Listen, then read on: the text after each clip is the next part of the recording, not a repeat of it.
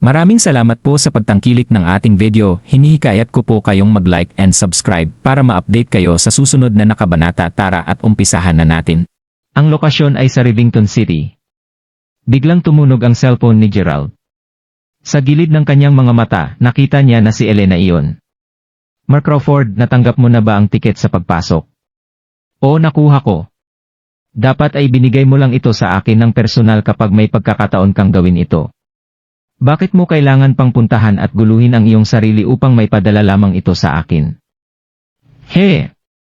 G. Crawford, kaya ito ang nangyari. Dumating na ako kahapon sa Rivington City upang bisitahin ang aking tiyahin. Bigla ko rin namang naalala kagabi na wala kang tiket sa pagpasok. Kaya't napagpasyahan kong ipadala ito sa iyo sa magdamag. Matapos malaman ang pagkakakilanlan ni Gerald, naging magalang si Elena sa kanya. Si Elena ay una nang pinilit ng kanyang mga magulang na kalugdan si Gerald sa simula pa lamang. Matapos ang paggastos ng ilang araw na makasama si Gerald, natuklasan ni Elena na talagang mayroon siyang isang napaka-espesyal na alindog tungkol sa kanya. Siya ay isang mayamang pangalawang henerasyon ngunit wala sa kanya ang nangingibabaw na bibi sa kanya. Napaka down to earth at low-key niya talaga. Pinasubo nito si Elena sa puso ni Gerald. Kaya, sa oras na ito, siya ang personal na nag-anyaya na imbitahin si Gerald. Mayroon bang iba pang mga masasayang lugar sa Rivington City bukod sa Rivington Beach?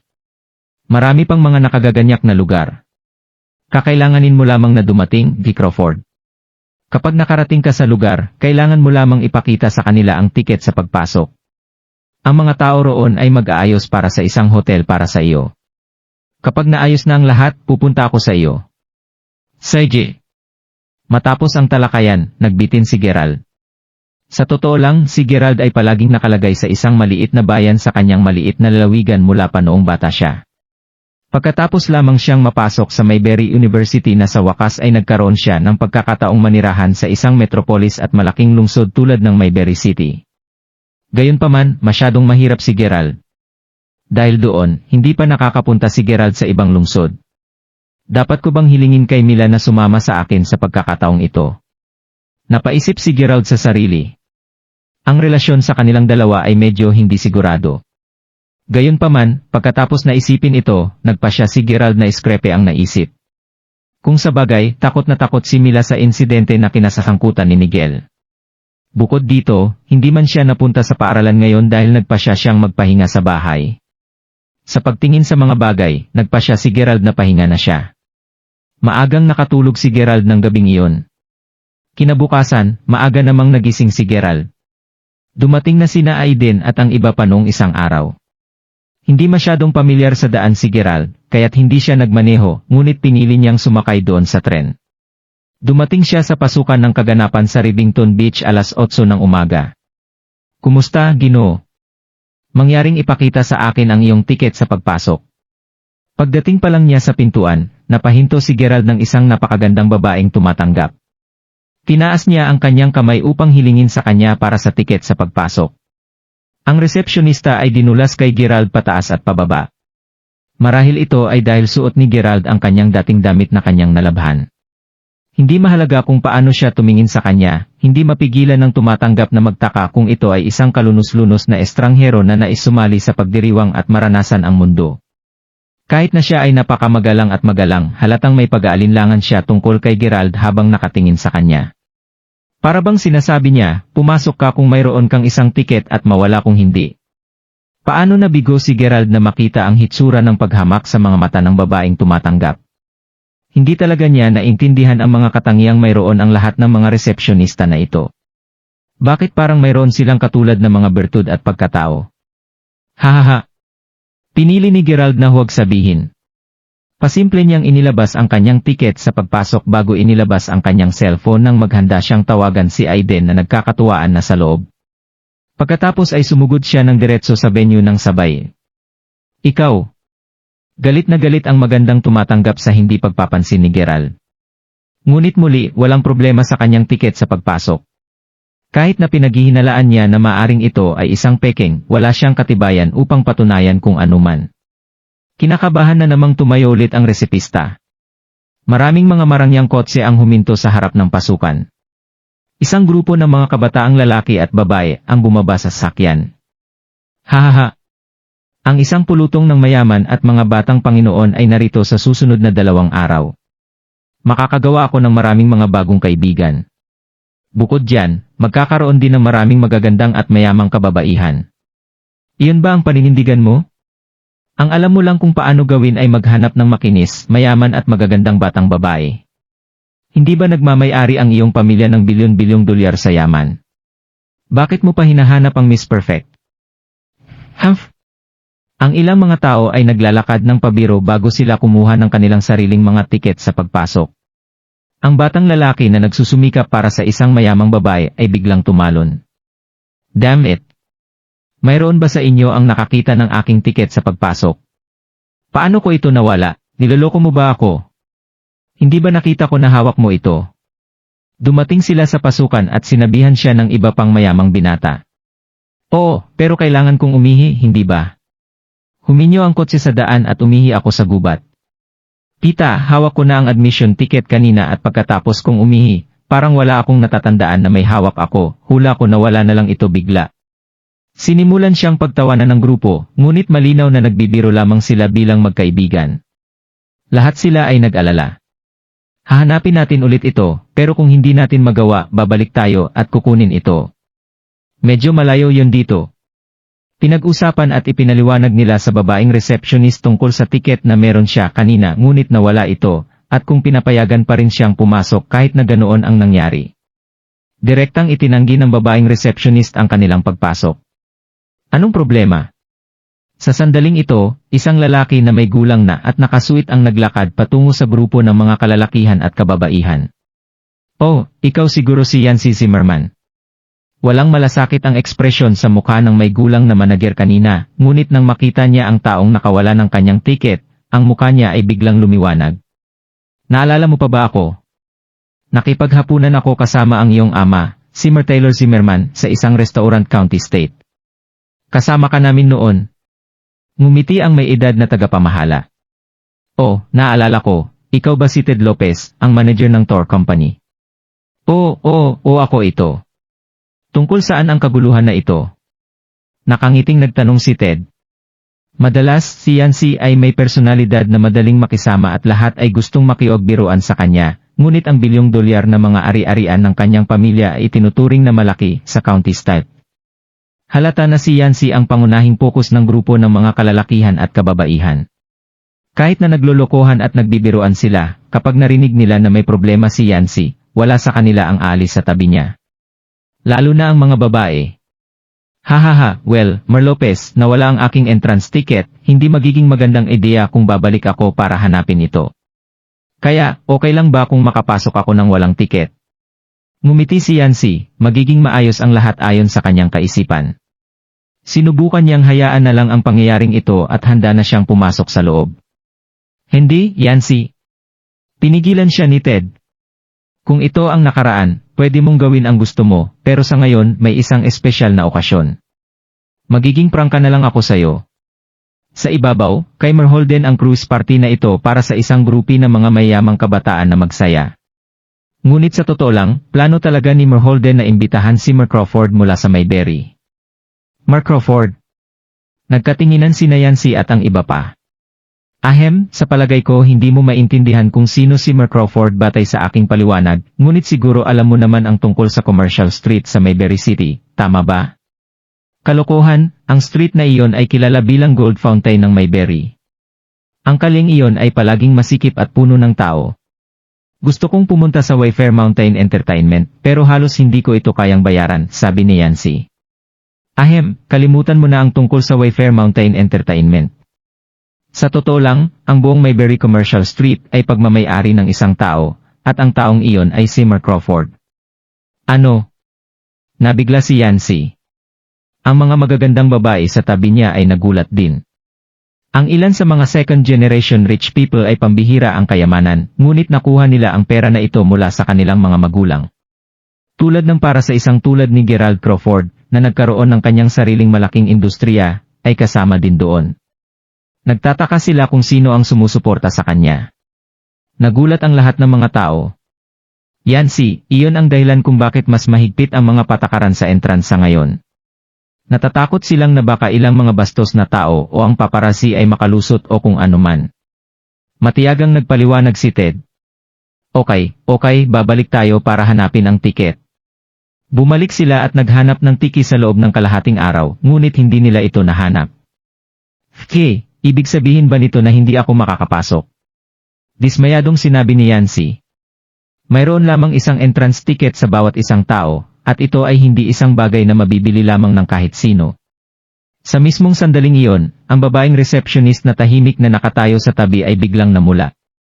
Gusto na niyang sabihin ang kanyang nakita kanina, ngunit hindi siya naglakas loob dahil ang sinabi ng manager ay medyo nakakatakot. May nakasalubong siyang isang tao, na kahina-hinala na pumasok noong kinagabihan. Dapat niya bang sabihin ito o hindi? Natatakot siyang matanggal siya sa trabaho kung sinabi niya ito, ngunit kung hindi, kung isipin ang tungkol dito, pakiramdam niya dapat niyang sabihin ito dahil sa grand event. Hindi niya kayang pasanin ang bigat nito kahit pumatay ito sa kanya. Sa huli, napagpasyahan niyang sabihin ito ng malakas. Mer Lopez at Mer Zimmerman, hindi ka dapat mag-alala. Siguro ang dahilan kung bakit hindi mo mahanap ang iyong tiket ay siguro may kumuha nito. Agad na nagsalita ang babaeng receptionist. Ano? Sino? Tanong ni Yancy. Si Hadley Zamora, ang babaeng receptionist, ay kaagad na nagsalita tungkol sa lahat ng nakita niya na isang kahina-hinalang lalaki. Bakit hindi ka tumawag sa akin noon, kung may ganitong nangyari, lahat tayo ay magkakaproblema, hindi mo ba alam iyon? Hinampas ni Ted ang kanyang mga hita. Kinamuhian niya ang taong ito na inilarawan ni Hadley sa mismong detalye. Sa pagkakataong iyon, inutusan niya si Hadley na hanapin ang tao. Para naman kay Yancy at sa iba pa, pumasok sila at nakisalamuha sa mga tao. Walang alam si Gerald na nangyayari sa labas. Nasisiyahan siya sa malawak at magandang gintong beach. Habang nakikinig siya sa tunog ng dagat, naisip niya na sobrang cool ng party na gaganapin ngayong gabi. Sa tabi ng beach ay isang hotel na may tanawin ng karagatan. Kinuha ni Gerald ang entrance ticket at pumasok sa hotel sa ilalim ng patnubay ng isa pang lalaking receptionist. Kinaumagahan sa araw na iyon, tumawag sa kanya si Aiden Baker. Nasa kwarto pa rin sila at hindi pa sila nagigising. Hindi nila akalain na darating ng maaga si Gerald. Agad silang lumabas upang hanapin si Gerald. Huminto ka dyan, pigilan niyo siya. Biglang tumakbo si Ted at nakita niyang papasok na sa elevator si Gerald kaya agad niya itong sinigawan. Nakita ni Gerald ang isang grupo ng mga tao na tumatakbo papunta sa kanya. Nagulat si Gerald. Huminto siya upang tingnan kung ano ang kanilang ginagawa. Ikaw, ipakita mo sa akin ang iyong entrance ticket ngayon din. Sobra ang galit ni Ted Lopez. Sa totoo lang, si Gerald ay hindi mukhang isang mayamang binata. Duda siya kanina na maaaring ito ay isang pagkakamali, ngunit pagkatapos tingnan ang damit ni Gerald, tiyak na hindi ito isang pagkakamali. Hanggang sa buto ang galit sa kanya si Ted. Hindi mo ba tiningnan ang aking entrance ticket kanina? Turo ni Gerald sa babaeng receptionist. Kung hindi ko ito tiningnan, paano ko malalaman na ang isang loser na tulad mo ay lumusot lang dito? Mer Zimmerman, ito ang taong sinasabi ko sa'yo, sa palagay ko kinuha niya ang iyong entrance ticket. Sigaw sa kanya ni Hadley. Matapos sabihin yon, lumapit siya kay Gerald at inagaw ang ticket mula sa kanyang mga kamay. Jeez, ang mundo ay talagang malaki at maraming uri ng mga tao. Ang mga taong tulad mo ay talagang nakaisip na pwede kang sumali sa cruise party ngayong gabi. Ang ilang mga dalaga ay nakatakip sa kanilang mga bibig habang sila ay nangungutya, ang kanilang mga mata ay napuno ng paghamak. Saka lang naintindihan ni Gerald ang nangyayari. Mayroon siyang pakiramdam na tinawag siya ng mga taong ito dahil pinaghihinalaan nila na kumuha siya ng entrance ticket ng ibang tao at nagkataon na may isang taong nawala ng isang ticket, kaya ang unang taong pinaghinalaan nila ay si Gerald. Walang masabi si Gerald. Mer Lopez, tawagan mo ang pulis, ang taong ito ay nagbabalak ng isang masamang bagay. Sinabi ng mga dalaga. Kinuha na Hadley ang kanyang cellphone at handa nang tumawag sa pulis. Mark Crawford, nandito ka na pala. Sa oras na iyon, dumating si Aiden Baker at ang iba pa. Pumunta sila doon ng tumatakbo. Ha? Aiden, ikaw nga, sabi ni Yancy. Masaya akong makilala, Aiden. Ang ilang magagandang dalaga sa tabi ni Yancy ay naging magalang sa kanya. Ang mga assets ng pamilyang Baker ay higit sa $100 milyong sa kabuuan. Oh, Yancy, kayo pala yan. Ang grupo na ito at si Aiden ay mga third year na mga mag-aaral sa John Hurst University. Siyempre alam nilang lahat si Aiden Baker, ang malaking bully ng John Hurst University. Mark Crawford, kilala mo ba sila? Tumawa si Aiden at tinanong si Gerald. Wala akong kilala sa kanila. Inakusahan nila ako na ninakaw ang kanilang tiket at lumusot lang dito, tatawag pa sila sa pulis para arestuhin ako. Mapait nang umiti si Gerald. Ano? Ninakaw ang kanilang mga tiket. Sinong go ang nagsabi niyan? Galit na galit si Aiden. Natigilan si Hadley. Narinig niya ang tungkol kay Aiden Baker, at siya ay itinuturing na isang sikat na tao, tulad ni Holden. Ngunit bakit naging magalang si Aiden sa loser na ito? At ano ang tawag sa kanya ni Aiden? Mark Crawford. Mar Baker, hayaan mong magpaliwanag ako, sa palagay ko nagkaroon lang ng ilang hindi pagkakaunawaan. Naghinala lang kami sa binatang ito at gusto lang naming suriin ang kanyang entrance ticket. Kung sa bagay, alam mo kung gaano kahalaga ang cruise party na ito. Siyempre alam ko. Ted Lopez at Yancy Zimmerman, alam ba ninyong dalawa kung sino ang taong ito? Tinuro ni Aiden si Gerald. Siya si Gerald Crawford, ang may-ari ng Mayberry Commercial Street.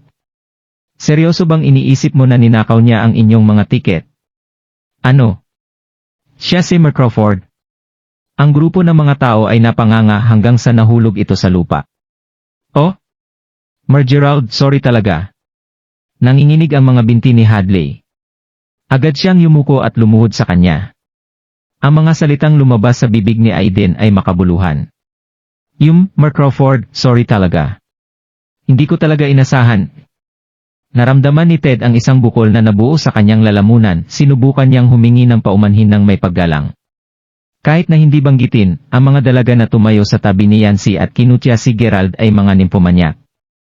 Siya pala ang super duper rich guy. Siya si Gerald Crawford. Ay! May nasabi pa silang mga napakasama na bagaw sa kanya. Look! Sanay si Gerald sa lahat ng pangungutya. Hindi niya naramdaman na kailangan niyang sampalin sila sa kanilang mga mukha. Kahit na gusto niya, sasampalin niya sana mismo sa mukha si Hadley nang subukang pigilan siya nito kanina. Nandito lamang siya para makipagkita at ayaw niyang maging sanhi ng isang eksena. Ang ginawa niya lang ay ang mag-flash ng isang mahigpit na ngiti sa kanyang mukha, pagkatapos ay tumungo siya sa hotel kasama si Aiden Baker at ang iba pa. Tumunog muli ang kanyang cellphone at si Elena Larson ang tumatawag. Mark Crawford, nakapag-ayos ka na ba? Mukhang hindi ako makakapunta sa'yo. Anong problema? May problema ba? Sinubukan ni Gerald na makinig ng mabuti habang parang balisa si Elena. Sa tingin ko magagalit na ako. Alam mo naman na nasa bahay ako ng pinsan ko ngayon at alam mo ba? Ang pinsan ko may gustong ipakilala sa akin ng isang potensyal na boyfriend, pero ayaw ko. Hindi ako pinapakawalan ng pinsan ko at walang paraan na maitago ako. Gerald, ano ang dapat kong gawin? Si Elena ay may magandang asal, ngunit mula sa kanyang tono, masasabi ni Gerald na siya ay talagang naguguluhan na at wala na siyang magawa ngayon. Naku, simple lang, sabihin mo lang sa kanila na mayroon ka ng boyfriend. Ito ang problema, lahat ay nasasabik na at sinabi ko sa kanya na ang boyfriend ko ay nandito na, pero hindi ako makalabas upang makilala ang ibang mga lalaki. Pinilit ako ng pinsan kong ipakilala sa kanya ang boyfriend na sinasabi ko, pero saan ako makakahanap ng boyfriend? Napakagulo na dito. Biglang ibinaba ni Elena ang kanyang boses. Gerald, pwede mo ba akong gawa ng isang maliit na pabor? Ano ang ibig mong sabihin doon? Nanlaki ang mga mata ni Gerald. Alam ni Gerald ang ibig sabihin ni Elena kahit na hindi niya ito isipin. Tiyak na sinusubukan ni Elena na magpanggap na boyfriend niya si Gerald para harapin ang pinsan niya. Si Gerald may kasanayan na sa pagpapanggap, gayon din ang pagpapanggap bilang isang boyfriend. Gerald, please, nagmamakaawa ako sa'yo, please magpanggap ka bilang boyfriend ko. Si Aiden at ang iba pa ay mukhang mga gangster, hindi sila tulad mo na isang gentleman. Ikaw ang pinakamahusay na kandidato para sa akin. Kung hindi mo ako tutulungan, tiyak na sasabihin sa akin ng pinsan ko na makipagkita sa lalaking iyon at ayokong makilala siya, pagmamakaawa ni Elena. Kahit na gustong tumanggi ni Gerald, talagang wala siyang mahanap na dahilan para gawin ito. Kung tutuusin, ilang beses na siyang tinulungan ni Elena at ngayon ay hinihiling lang ni Elena na ibalik ang pabor. Ito ay isang simpleng kahilingan at nakakahiya kung tatanggi siya. Osage. Tumango si Gerald at pumayag. Matapos ibaba ang tawag, hindi umakyat si Gerald kasama si Aiden at ang iba pa. Sa halip, sumakay siya ng taxi papunta sa bahay ng pinsan na Elena. Ang pamilya ng kanyang pinsan ay medyo mayaman din na nagmamay-ari ng isang villa sa Rivington City. Pagdating ni Gerald, nasa entrance na si Elena na hinihintay siya. Sa tabi niya ay isang dalaga na mukhang kaedad ni Elena. Hindi mahalaga kung paano ito tignan ni Gerald, naalala niya sa eksenang ito ang pangyayari noong pumunta siya sa bahay ni Mila Smith.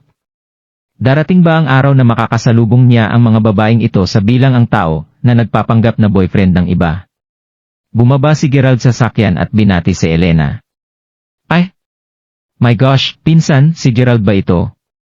Siya ba ang boyfriend na nabanggit mo kanina? Bakit siya kumuha ng taxi para pumunta dito? Ang batang babae sa tabi niya ay medyo maputi at maganda, ngunit nang makita niya si Gerald, tiningnan siya nito na may halong sama ng loob at pagkabigo. Tila hindi inihayag ni Elena ang kanyang pagkatao. Ang mayaman at maputi na dalaga ay walang ideya kung sino talaga siya. Kung husgahan kung paano nakabihis si Gerald, siya ay mukhang isang mahirap na loser kahit na saang anggulo pa siya tingnan. Bukod pa dito, hindi ba siya nahiya na sumakay ng taxi papunta dito? Dismayado siya. Amber, ano ang pinagsasabi mo? Napakabuting tao ni Gerald. Anong problema kung siya ang boyfriend ko? Matamis ang ngiti ni Elena, tumakbo siya at hinawakan ang braso ni Gerald. Ang saya siguro kung magiging boyfriend niya talaga si Gerald, naisip na Elena sa kanyang sarili. CJ. Sana walang sabihin ang aking mga magulang at kamag-anak kapag nakita nila siya mamaya. Bumaluktot ang labi ni Elena, hindi siya mapakali na tumingin pa kay Gerald. Tumalikod siya at pumasok sa loob. Dam, hindi ba sinabi mo na makikipagkita lang ako ng pinsan mo? Bakit maraming pang ibang mga tao dito? Natigilan si Gerald. Dumating lang sila pagkatapos kitang tawagan. Humihingi ako ng tawad sa'yo, Gerald, tulungan mo ako ng isang beses lang. Lumabas ang dila ni Elena. O sige, ngayon lang ito, sagot ni Gerald na walang magawa. Simple lang ang nasa isip ni Gerald bago siya dumating dito. Sa sandaling nakilala niya ang pamilya ng pinsan ni Elena, ang mga pinsan niya ay tiyak na magsisimulang ihambing siya sa ibang mga lalaki. Pagkatapos ay ilalabas niya ang ilan sa kanyang mga assets at hayaang maglaro ang mga ito. Napakadaling gawin iyon. Ngunit ngayon, lahat ng mga tita at tito ni Elena ay naroon at iyon ang nagbigay sa kanya ng sakit ng ulo. Narinig ng lahat na darating si Elena ngayon, ang pamilya niya at ang panig ng kanyang pinsan ay kadalasang malapit. Nagkaroon pa nga sila ng business ties sa isa't isa. Lalo na ngayon na narinig nilang nakahanap na si Elena ng isang boyfriend. Kaya lahat sila ay dumating dito. Boyfriend mo ba siya, Elena? Pagpasok sa bahay, isang grupo ng mga kabataang lalaki at babae na may halos kaparehong edad ang lumapit sa kanila bago pa man magsalita ang mga matatanda. Ang bawat isa sa kanila ay nagmasid at hinusgahan si Gerald. Hindi nagtagal bago ibunyag ng mga taong ito ang kanilang isip. Wow, napakaganda ni Elena at nakakatakot pala ang taste niya sa lalaki. Halata namang hindi sila bagay ng boyfriend niya.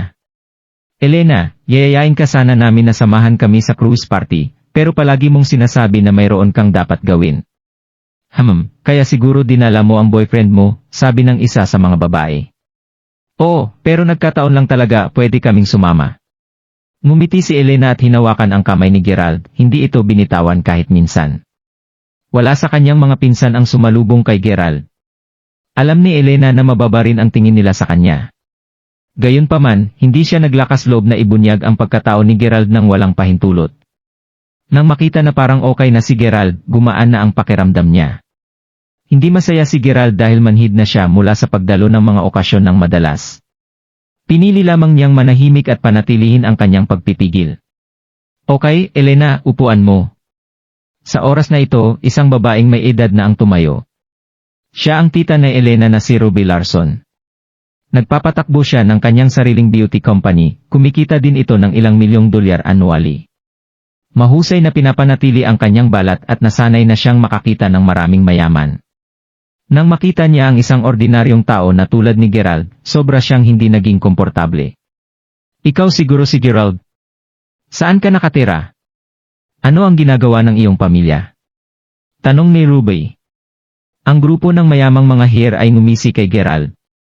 Sa palagay ko hindi niya sasagutin ang katanungang iyon.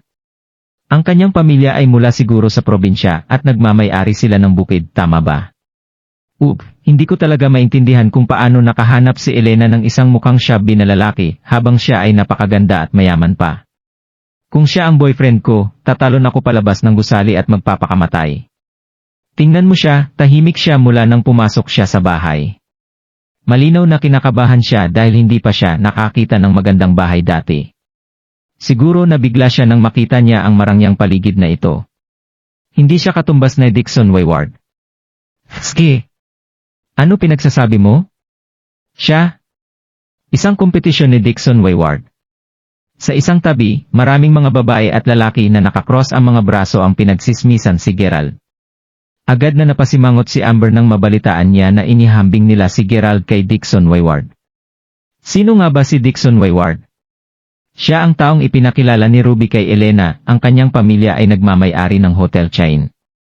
Nagtapos siya sa John Hurst University at ang presidente ng Student Union mula sa Department of Economics and Management. Maraming achievements si Elena. Ang taong ito ay hindi magiging tugma para sa kanya. Narinig ni Gerald ang lahat dahil lahat sila ay malakas na nagdadaldalan. Hindi siya galit pero medyo nalulungkot siya. Napakahalaga ba ng kayamanan ng isang tao? Kailan pa naging kayamanan ang pamantayan ng pagkakaiba ng mga mabuti at masamang tao? Kung mayroon kang kayamanan, lahat ng iyong mga sinasabi at ginagawa ay palaging tama, ngunit kung ikaw ay mahirap wala kang kwenta. Naalala ni Gerald ang lahat ng mga nangyari sa nakaraan. Doon lang siya tumingin kay Amber. Ang aking pamilya ay nasa isang maliit na bayan sa probinsya. Ang aking mga magulang ay nagpapatakbo ng isang maliit na negosyo. Totoo namang sinabi ni Gerald. Galing talaga siya sa isang maliit na probinsya. Ang kanyang mga magulang ay nagpapatakbo lamang siguro ng isang maliit na kiosk sa bayan, oh my God. Si Amber at ang iba pa ay higit na kasuklam-suklam. Si Ruby, na walang sinabi tungkol sa pag-upo ni Gerald, ay naging mas seryoso nang marinig niya ito. Kung gangkon, ang achievements ang meron ka para mahalin ang tulad na Elena. Ang kapal talaga. Tita, huwag mong sabihin yan. Pinandilatan siya ni Elena nang nanlaki ang mga mata niya. Hindi talaga niya inasahan na ang mga malulupit na salitang iyon ay lalabas sa bibig ng kanyang tita. Wala talaga siyang ideya kung sino ang taong nakatayo sa harapan niya. Siya ang tunay na isang magaling na take-on at isang mahusay na patron ng pamilyang Larson. Medyo nagulat si Elena. Matapos pagalitan ng husto, medyo kinabahan si Gerald. Namanhid siya sa mga salita at panunuyan na binato sa kanya. Handa pa si Ruby na awayin si Gerald.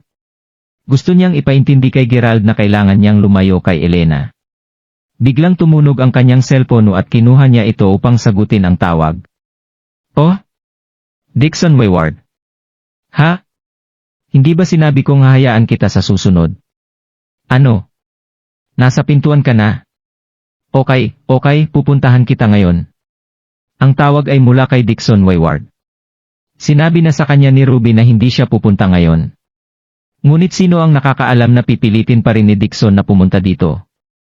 Nandito nga naman ang boyfriend ni Elena. Siya ay lubos na nasiyahan kay Dixon at gusto niya talagang makilala siya ni Elena. Siguro, naisip niyang gamitin ang lalaking ito para makakuha ng ilang koneksyon. Ngunit paano kung ang boyfriend na Elena ay mas mabuti pa kaysa sa gwapong si Dixon Wayward? Paano kung ang kanyang kasintahan ay mas mayaman pa kaysa sa mayaman na si Dixon Wayward? Paano kung... Nakaisip si Ruby ng hindi mabilang na posibilidad, ngunit hindi ito ang inaasahan niya. Hindi niya gustong sabihin ito. Kailangang makipaghiwalay ni Elena kay Gerald, o hayaan niya ang kanyang ama na pumasok sa gulo ang kanyang anak na babae. Nandito na si Dixon.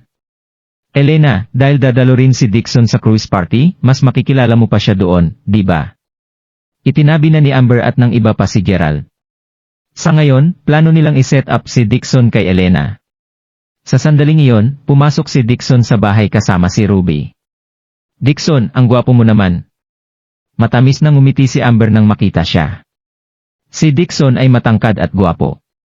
Nakasuot siya ng mga singsing na pilak at ginto at mga relo sa kanyang mga kamay, at nagmukha siyang mayaman dahil dito. Haha! talagang gumagaling si Amber sa kanyang mga magagandang compliments. Niyugyog ni Dixon ang relo sa kanyang braso at ngumiti. Dahan-dahang lumipat ang kanyang tingin at doon niya nakita ang maganda, makalangit na itsura ni Elena Larson. Hayaan mo akong manghula, siya siguro si Elena Lawson, ang maganda mong pinsan na mula sa Mayberry, tama? Sa katotohanan, matagal nang kilala ni Dixon si Elena. Pareho silang nagmula sa John Hurst University, at paano niya hindi mapapansin ang isang magandang babae na tulad na Elena Larson. Sa isang sulyap lamang, natagpuan ni Dixon ang kanyang sarili na nahuhulog sa kanya.